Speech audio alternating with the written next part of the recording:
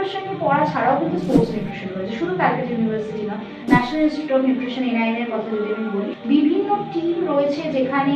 As a personalize dietician প্রয়োজন হয় এবং সেখানে খুব ভালো অ্যামাউন্ট অফ পেমেন্ট দেওয়া হয়, কারণ সে আলটিমেটলি পড়াশোনা করছে কি নিজের জীবিকার জন্য,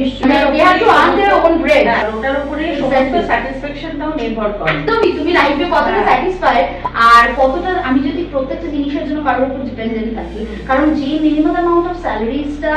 ডায়েটিশিয়ানসদের, এখন আমি হসপিটালের কথা বলছি, কটা জায়গায় ভালো স্যালারি জায়গা রয়েছে, তার জন্য কিন্তু আরো এই প্রসপেক্টগুলো খোলা রয়েছে। এবং আমাকে যে হসপিটালেই চাকরি করতে হবে তা নয়, নিজের পার্সোনাল ক্লিনিক্স রয়েছে, সেই ক্লিনিক্স যদি আমি ওপেন আপ করতে পারি এবং তার জন্য যদি আমি স্পেশালাইজ ক্লিনিক্সগুলোতে জয়েন করতে পারি, খুব বড় জায়গায় চলছে হচ্ছে ফার্টিলিটি সেন্টার, যে ক্লিনিক্স আছে, পার্সোনালাইজ ক্লিনিক রয়েছে, তাছাড়া হচ্ছে আমি এরকম স্পেশাল ফিল্ড করলাম, স্পোর্টসের ফিল্ড রয়েছে, এবং